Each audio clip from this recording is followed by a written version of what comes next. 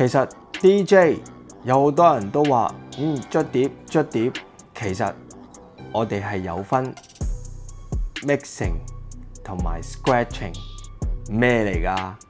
其實 mixing 咪就係一隻歌轉去一隻歌，其實當中佢哋係牽涉到好多技巧上嘅，亦都係最難明嘅。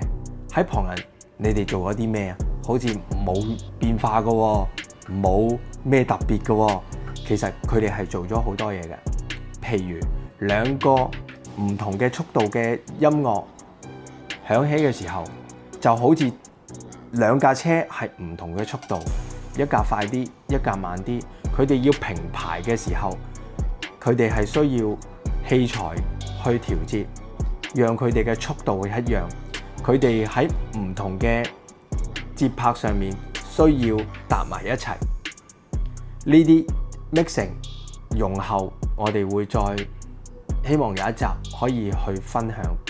而 scratching 就係好多時你哋會睇到就喺度捽咁樣。呢啲 scratching 係捽出一啲特別嘅效果，讓人聽落起嚟係有唔同。有好多 DJ 都會話：哇，好有型啊！喺度捽。所以如果你哋係想喺邊一方面嘅，就真係要再深入咁樣去研究啦。繼續追我哋嘅 channel。